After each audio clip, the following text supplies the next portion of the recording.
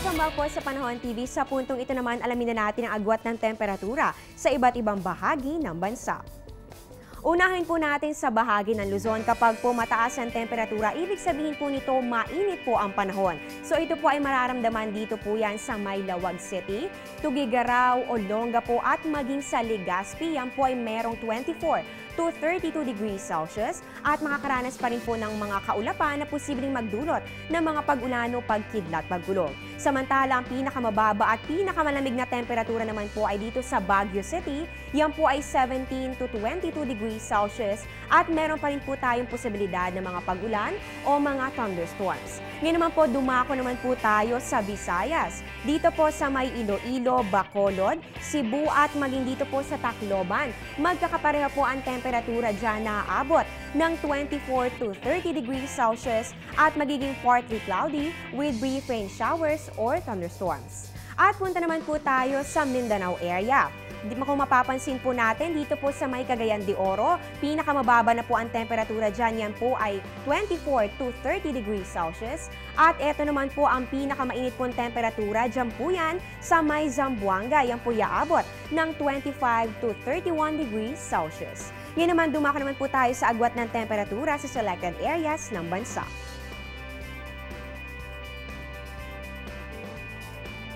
Diyan po sa Cabanatuan City, pinakamataas na po ang 24 to 32 degrees Celsius at pinakababa naman po sa Catbalogan, Western Samar na may 23 to 29 degrees Celsius.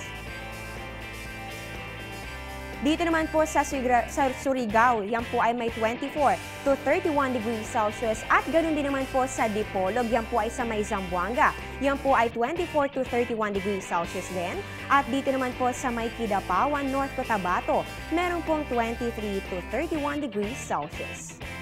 Ano-ano nga ba ang mga public storm warning signal na inilalabas ng Pag-asa? At ano nga bang ibig sabihin nito? Alamin natin yan dito sa Napapanahong Kaalaman.